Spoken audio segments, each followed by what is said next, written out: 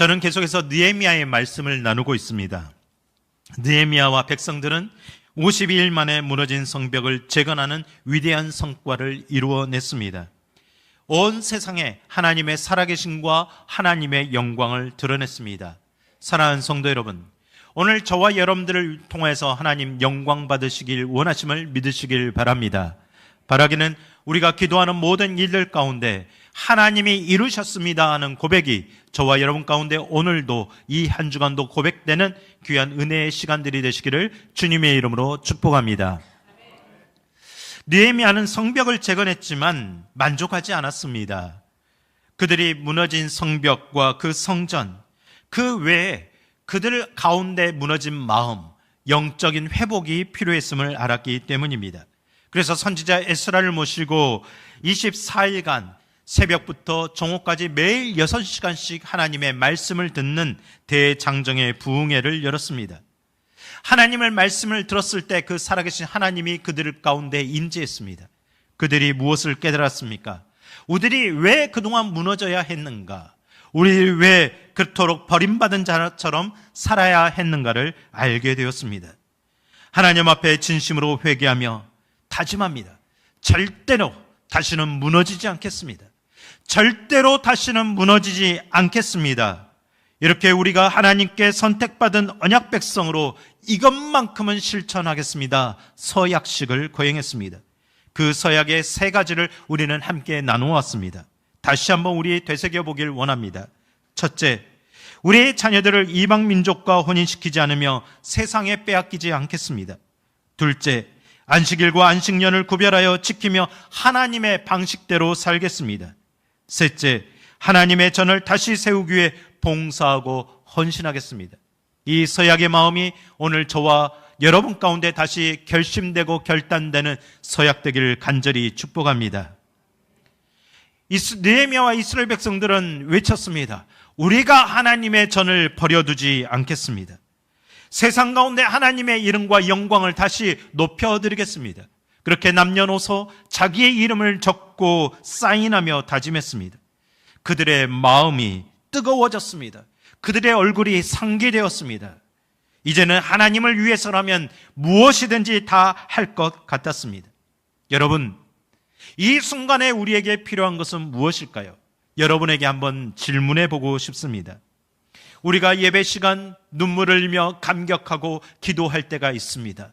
은혜에 충만할 때가 있습니다. 그렇다면 그 은혜의 시간, 그 은혜의 시간이 중요할까요? 은혜 받은 이후의 시간이 중요할까요? 여러분에게는 어떤 시간이 중요하게 여겨지십니까? 은혜 받은 예배의 시간도 중요하죠. 바라기는 오늘 이 예배 가운데 하나님의 영광이 저와 여러분 심령 가운데 충만하게 임하시기를 주님의 이름으로 축복합니다. 그런데 우리의 진짜 예배는 이 예배당 문을 나간 이후부터 다시 시작됩니다. 여러분, 인생에서 약속도 중요하지만 약속을 지키는 것을 우리는 더 중요하게 여기지 않습니까? 누구나 군중 심리에 따라 열정에 휩싸일 수 있습니다. 누구나 은혜로운 분위기에 사로잡혀서 하나님 제가 여기 있습니다, 나를 사용해 주셔서 결심할 수 있습니다. 그런데 중요한 것은 그 결심 이후입니다. 우리가 삶의 현장에 나갔을 때, 우리가 어떤 삶의 무거운 문제에 직면했을 때 우리가 어떻게 반응하고 어떻게 살아가느냐, 이것이 우리의 진짜 신앙이라는 거죠. 우리의 신앙을 증명해야 될 때입니다.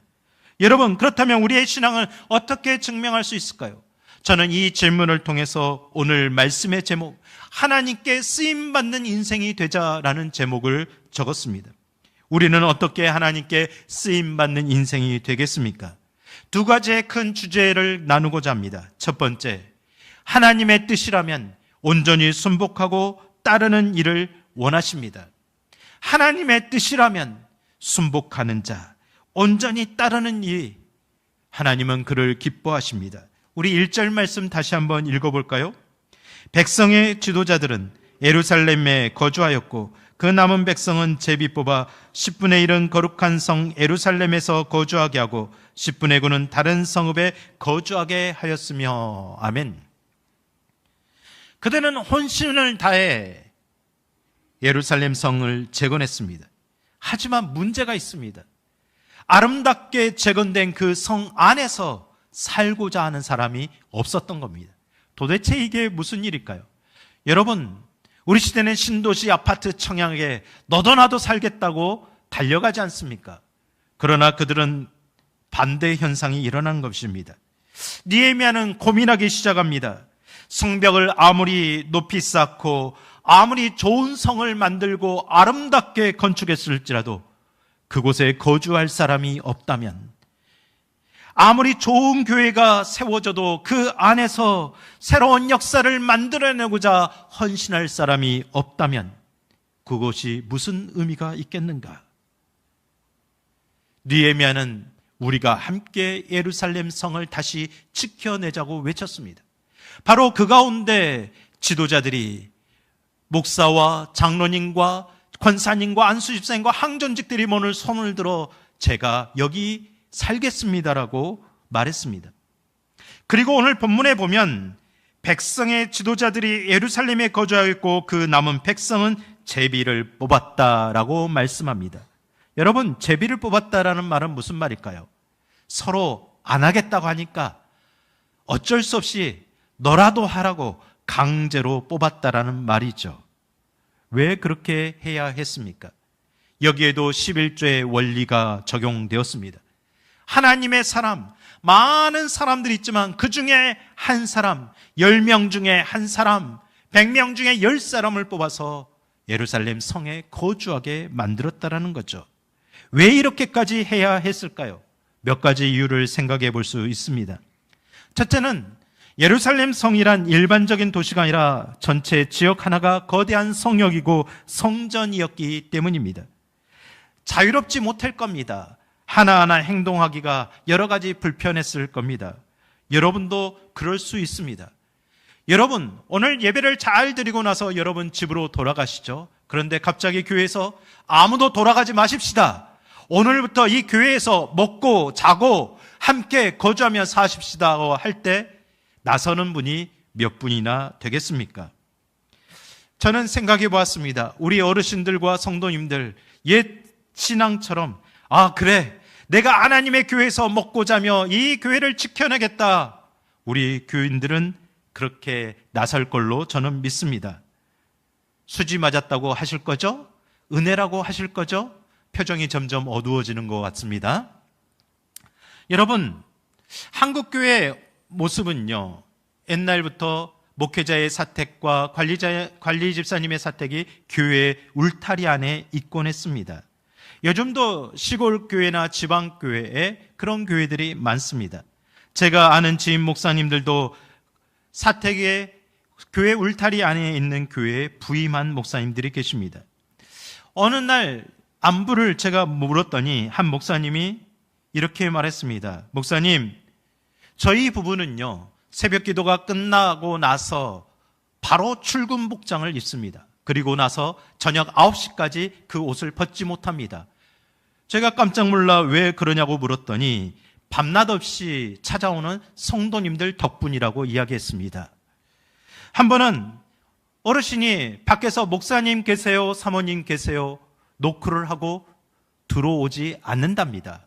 살아보니 어른들이 이미 문을 열고 들어와서 목사님 하고 찾는답니다.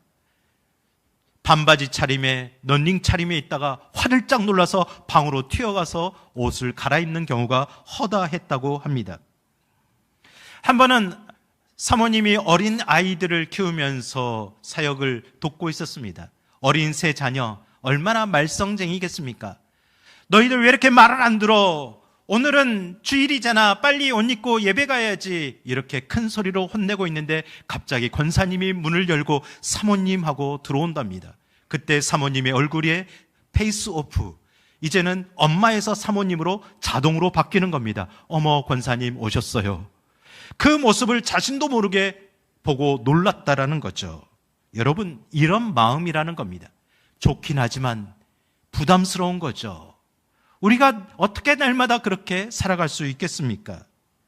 그 사모님이 지금 좋은 아파트로 배려를 받아 이사를 해서 너무 살 것 같다고, 편하다고 하는 이야기를 들었습니다.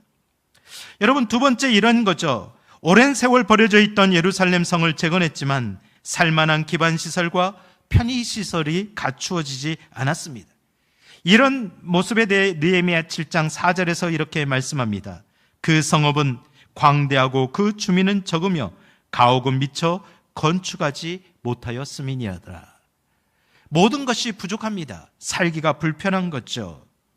그런데 여러분, 열악한 환경이야 조금씩 개선해 나가면 괜찮지 않겠습니까? 그런데 더 중요한 이유가 있습니다. 세 번째, 그곳은 늘 전운이 감도는 불안한 곳이었습니다.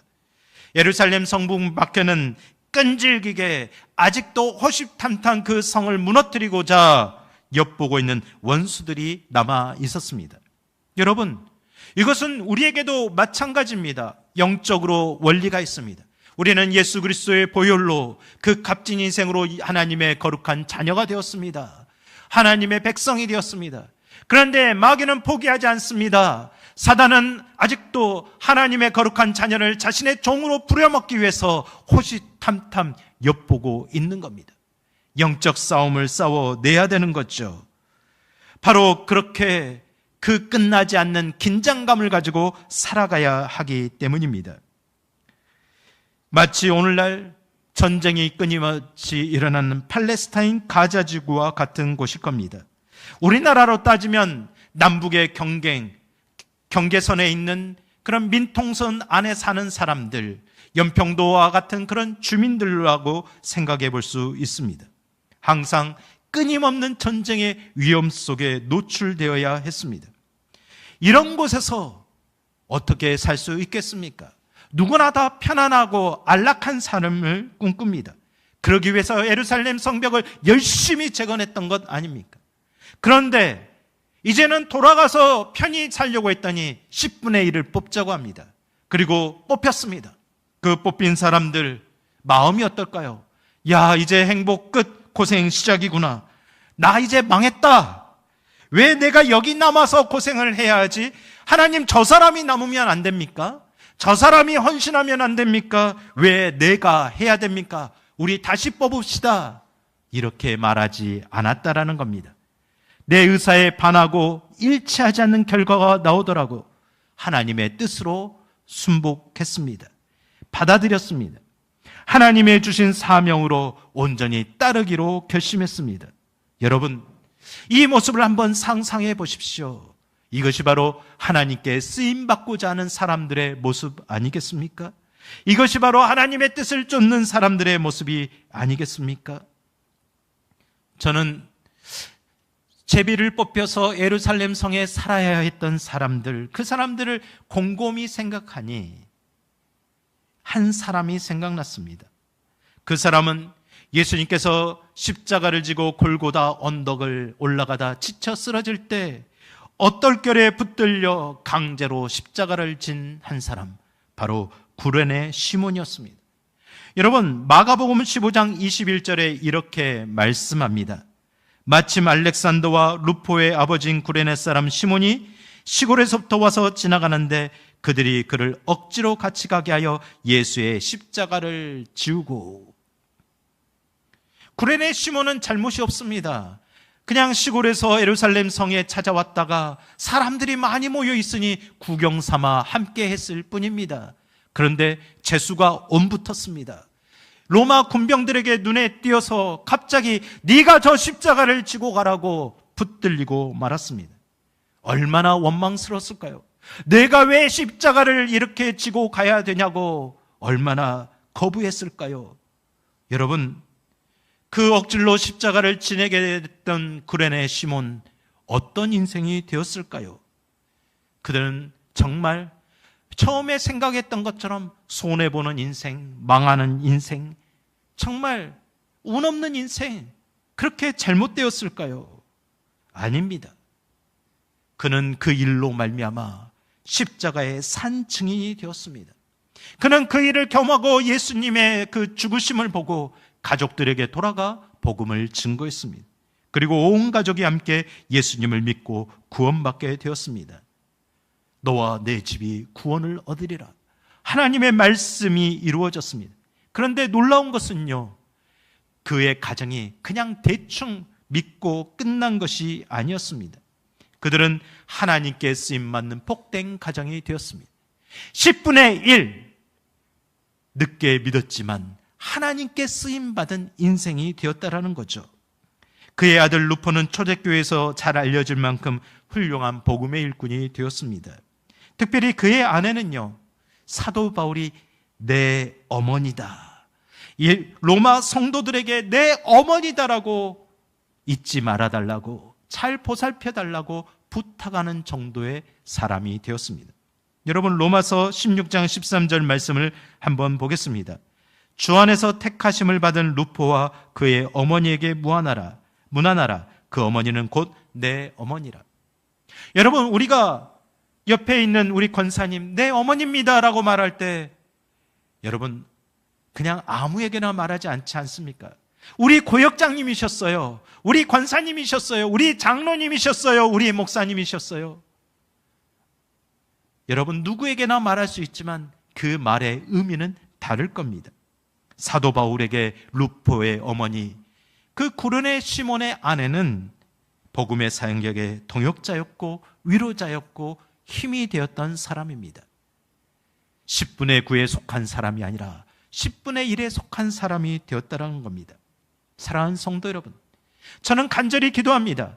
저와 여러분이 하나님 앞에 10분의 9가 될 수도 있지만 하나님이 쓰고자 할 때 10분의 1과 같은 사람, 하나님이 뜻하시고 찾으실 때 하나님, 제가 여기 있습니다, 하나님의 뜻이라면 제가 감당하겠습니다 하고 외칠 수 있는 그런 한 사람이 되길 주님의 이름으로 축복합니다. 그럼에도 여러분, 한 가지 생각해 보면 십자가는 정말 지기 힘든 일입니다. 십자가는 솔직히 기쁘지가 않습니다. 어렵습니다.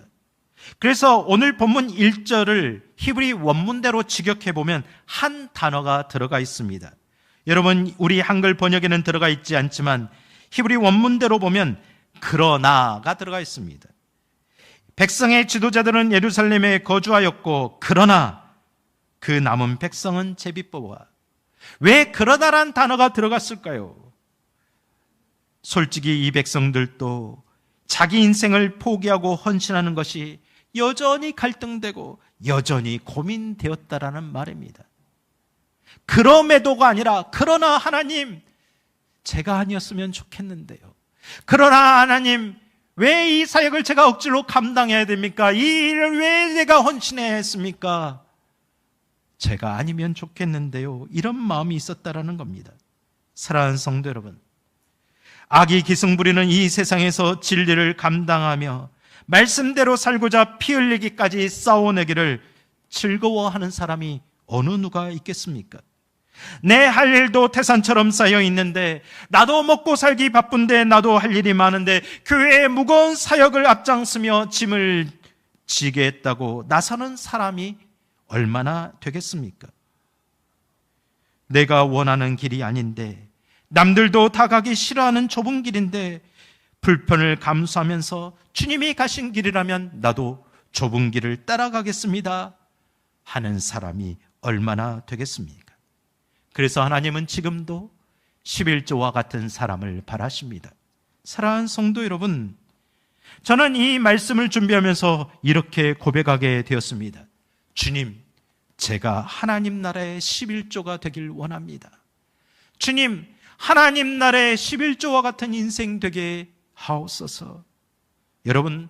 여러분도 저처럼 이렇게 한번 고백하시면 어떡하겠습니까? 우리 함께 고백해 보겠습니다. 주님, 제가 하나님 나라의 11조입니다. 주님, 제가 하나님 나라의 11조입니다.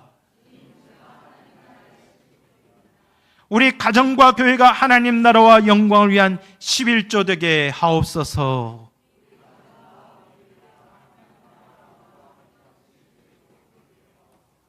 여러분의 고백처럼 되시기를 주님의 이름으로 축복합니다. 왜 우리가 그렇게 될 수 있을까요? 고린도전서 1장 18절에 이렇게 말씀하십니다. 우리 함께 읽겠습니다. 십자가의 도가 멸망하는 자들에게는 미련한 것이요 구원을 받는 우리에게는 하나님의 능력이라. 아멘. 십자가가 능력임을 믿으시길 바랍니다. 십자가가 우리에게 힘이 됨을 믿으시길 바랍니다. 세상 사람들은 십자가를 싫어하지만 우리는 십자가를 두려워하지 않습니다. 여러분이 그 마음을 가지고 나갈 때 주님께서 힘주시고 함께 하실 줄 믿습니다. 두 번째, 하나님은 감사와 기쁨으로 자원하는 이들을 통해 이루어 가십니다. 우리에게 중요한 마음은 자원하는 마음이죠. 2절을 우리 함께 읽어보겠습니다. 예루살렘에 거주하기를 자원하는 모든 자를 위하여 백성들이 복을 빌었느니라. 아멘. 여기서 자원하다는 말은요, 사사기 5장 2절에서 이렇게 표현합니다. 백성들이 즐거이 헌신하였으니. 세번역 성경에는 즐거이 헌신하다는 단어를 우리말 성경에는 자원하였다라고 번역합니다. 똑같은 단어라는 거죠. 즉 자원한다라는 말은 즐겁게 받아들였다라는 뜻입니다. 제비 뽑혀 결정되었기 때문에 억지로 끌려가지 않았다라는 말이죠. 하나님의 뜻이 분명함을 알았기에 감사와 기쁨으로 따라갔다는 말입니다. 이런 모습들이 다른 모든 백성들에게, 나머지 10분의 9에게 거룩한 도전이 되었습니다. 그래서 서로가 이별하는 그 이별의 장소에서 복을 비르면서 너의 가는 길에 주의 평안이 있길 바란다. 내가 행하는 모든 일에 주께서 함께 하시길 바란다. 복을 빌어 주었습니다. 사랑하는 성도 여러분, 왜 그렇게 복을 빌어 주었겠습니까? 우리가 왜 서로를 축복해야 되는 것입니까? 우리가 왜 서로를 격려해야 되는 것입니까? 성도들의 가는 길은 결코 쉬운 길이 아니기 때문입니다. 성도들이 가는 길은 많은 희생과 고난과 수고가 필요한 길이기 때문입니다. 바로 자원하는 마음이란 우리의 마음 가운데 소명과 사명으로부터 출발한다는 것을 알기 때문입니다. 사랑하는 성도 여러분, 아무리 좋은 일도 아무리 귀한 사역도 억지로 하게 된다면 힘들고 괴로워지기 마련입니다. 아무리 작은 일이라도 사소한 것이라도 기쁨과 즐거움으로 자원하는 마음이 있으면 감사함으로 감당할 수가 있습니다.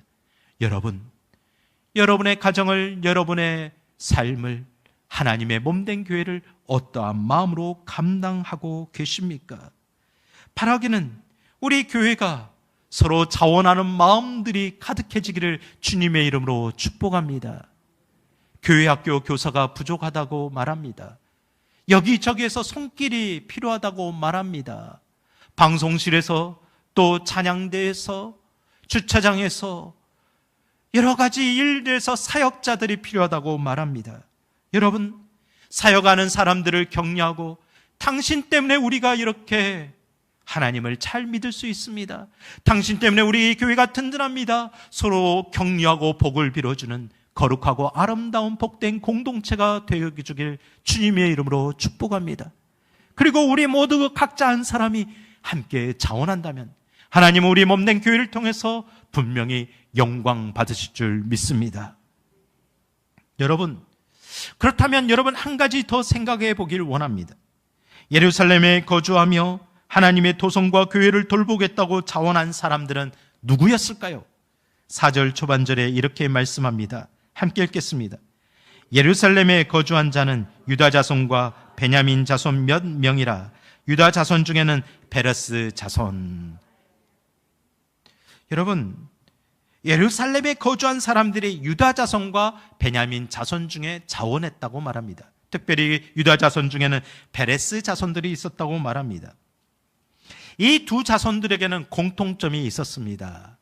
그런데 그 공통점에는 많은 연약함이 있었습니다.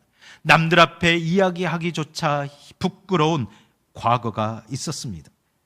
먼저 베레스는 어떤 사람일까요?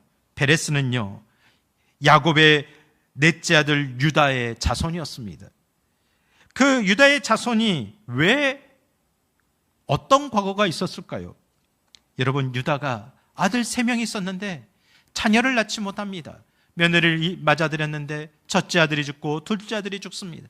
율법에 따라 그 며느리를 셋째 아들에게 주어서 대를 이어나가게 했습니다. 그런데 유다는 이제 싫은 겁니다. 하나님. 그래서 자기의 욕심으로 그 다말을 집으로 보내고 맙니다. 이에 따라 다말, 어떻게 해서든지 내가 자손을 낳아야겠다는 그런 지나친 열정 속에서 시아버지를 현혹해서 아이를 낳게 되었습니다. 그 아이가 베레스라는 거죠. 오늘날로 말하면 막장 드라마와 같은 이 이야기. 그럼에도 불구하고 그 부끄러운 민낯, 그 과거를 하나님은 사용하셨습니다. 유다 지파를 통해 예수 그리스도가 오게 하셨다는 거죠. 여러분, 또 베냐민 지파는 어떻습니까? 사사기 20장에 보면 베냐민 사람들이 레위인의 첩을 집단으로 성폭행하여 죽음에 이르게 한 악행을 저질렀습니다.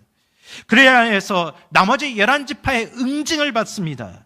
이 일로 베냐민 지파는 600명만 남게 되는 멸절을 당하게 됩니다.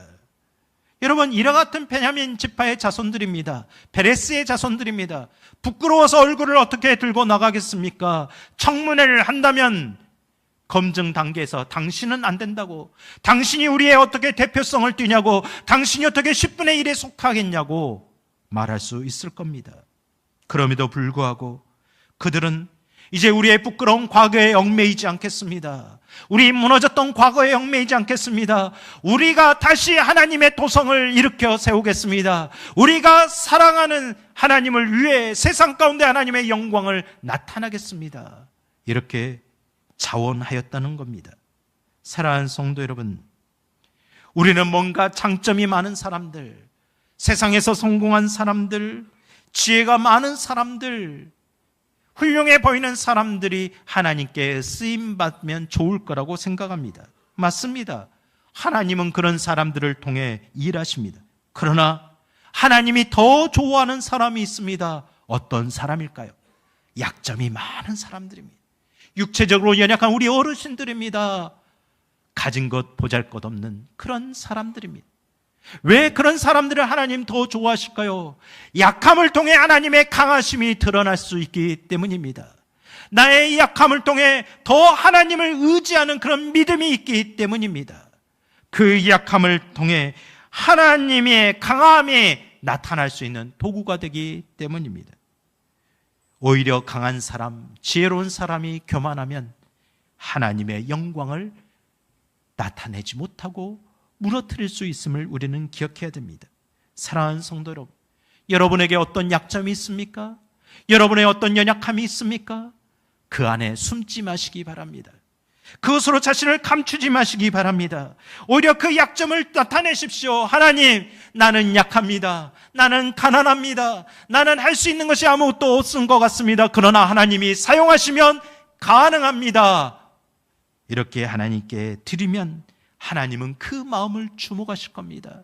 하나님은 그 모습을 보고 계십니다. 사랑하는 성도 여러분, 우리의 약점 안에서 나타나는 하나님의 은혜를 기대하시기 바랍니다. 우리의 약점을 통해 이루어 가시는 하나님의 역사를 경험하시기를 주님의 이름으로 축복합니다. 우리 앞에 하나님이 주시는 새로운 땅이 있습니다. 우리 앞에 축복의 땅, 사명의 땅, 은혜의 지경이 있습니다. 우리가 지켜내야 할 몸된 교회가 있습니다. 우리는 이곳에서 어떤 마음으로 살아가야 하겠습니까? 하나님은 자원하는 자를 기뻐하십니다. 자원하는 자를 통해서 하나님은 일하십니다. 그래서 느헤미야 11장에서 보면 계속해서 반복되는 한 가지 단어가 나옵니다. 여러분 잘 찾아보세요. 9절에 보면 다스렸느니라, 22절에 보면 일을 맡아 다스렸으니, 24절에 보면 백성의 일을 다스렸느니라 라고 계속해서 다스렸다라는 단어가 반복되고 있습니다. 다스리다, 히브리어는 네게드입니다. 네게드란 무거운 짐을 자신이 짊어졌다라는 뜻입니다. 다른 사람들이 다 도망갈 때 그 주님이 가신 길을 끝까지 지켜보던 여인들처럼 자원하여 그 고통을 도맡아 책임졌다라는 말입니다. 너도 나도 부담스러워하는 그 사역을, 그 무거운 짐을 기꺼이 감당했다라는 말입니다. 여러분, 네게드, 이와 같이 하나님의 나라와 주님의 교회는 네게드와 같은 사람들을 사용하십니다. 그 네게드는 자원하는 사람들에게 주시는 은혜입니다. 사랑하는 성도 여러분, 우리 이왕 하나님을 믿는 것, 너희는 이 세상에 날아가서 다스리고 정복하라는 창조 때의 그 은혜를 누리며 살면 어떻겠습니까? 여러분의 자녀들이 세상에서 다스림을 받는 존재가 아니라 다스려달라는 그런 꿈을 꾸고 기도하는 것처럼 우리의 믿음의 자손들이 그렇게 세상에 나가 당당하게 살아나가면 어떻겠습니까? 여러분, 우리가 네게드의 사람이 되십시다. 우리의 가정이 네게드의 가정이 되도록, 우리의 교회가 이 세상에서 네게드의 교회가 되도록 우리 갈망하고 기도하십시다.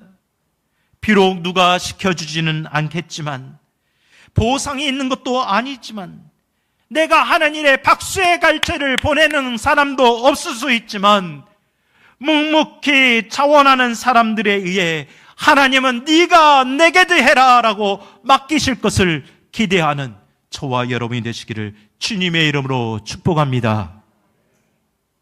주님의 말씀을 기억하며 말씀을 마치고자 합니다. 우리 베드로전서 5장 2절과 3절 말씀을 함께 읽어보겠습니다. 베드로전서 5장 2절과 3절 함께 읽겠습니다.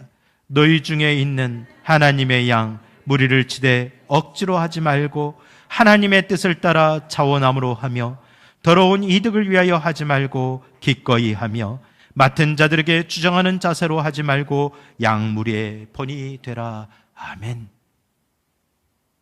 목회자들과 직분자들에게만 주시는 말씀이 아닙니다. 우리 모든 성도들에게 주시는 말씀입니다.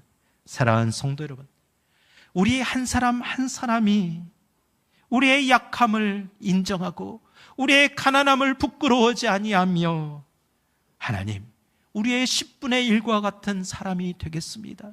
우리가 우리 교회의 11조가 되겠습니다.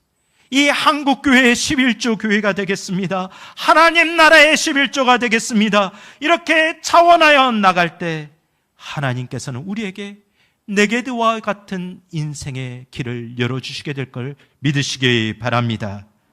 여러분의 한 사람의 결심으로 가정이 바뀌고 우리 교회가 다시 세워지게 될 것을 믿습니다.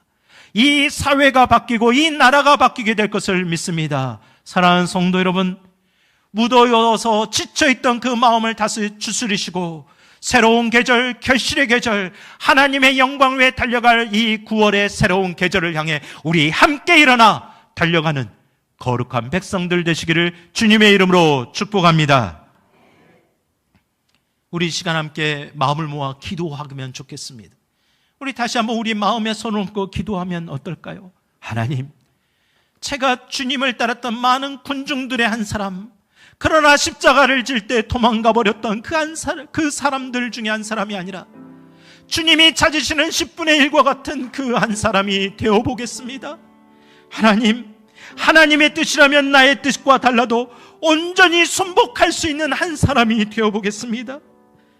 나의 약함을 부인하지 않고 나의 가난함을 부끄러워하지 않고 자원하는 마음으로 나의 모든 것을 내어드리는 하나님께, 하나님의 나라와 주님의 교회를 위해 나아가는 그런 한 사람이 되어보겠습니다. 하나님, 나를 통하여 일하여 주옵소서. 우리의 가정과 자녀를 통하여 하나님 역사하여 달라고 우리 함께 소망을 담아 이 시간 간절한 마음으로 함께 기도하십시다. 오 거룩하시고 은혜로우신 아버지 하나님, 이 시간 하나님의 마음, 주님의 마음을 들었습니다. 하나님이 찾으시는 사람, 하나님이 쓰시는 사람, 하나님이 원하시는 인생은 어떤 사람입니까? 수많은 사람들 중에 너는 내 것이라, 내가 너를 택하였노라. 너는 이곳의 10분의 9와 같은 사람이 아니라 10분의 1과 같은 사람이다. 너는 진실로 하나님의 영광을 위해 사용될 사람이다. 너는 진실로 하나님의 뜻을 이루어야 될 사람이다. 하나님 원하십니까? 제가 여기 있습니다. 그러나 우리는 너무 약합니다. 우리는 결심했다가도 또 흐트러집니다. 저의 모습은 너무 부끄럽습니다. 제가 가진 것이 너무 없습니다. 그러나 하나님, 자원하여 드려봅니다. 내 인생, 내 시간, 내 물질, 내 몸과 마음 하나님 내어드려 봅니다. 하나님, 나와 주의 몸된 교회를 재건하며 세우기에 이 땅에 부흥의 계절이 오기 위해 사용하신다면 주여 사용되게 하옵소서. 주여 사용하여 주시옵소서. 주여 우리 몸된 성도들을, 한성의 가족들을, 우리의 자녀들을, 우리 교회를, 우리 성도들을 사용하여 주시옵소서. 우리의 예배를, 우리의 기도를, 우리의 마음을, 우리의 헌신을 사용하여 주시옵소서. 주님 앞에 드리오니 주님 기꺼이 사용하여 주시옵소서. 내게 뒤에 인생 되게 하여 주시옵소서. 주님 앞에 드리는 이 결심, 세상에 나아가 하나님 주님이 주신 힘으로 살아가게 하여 주시옵소서. 우리를 축복하시는 예수 그리스도의 이름으로 간절히 기도드립니다. 아멘.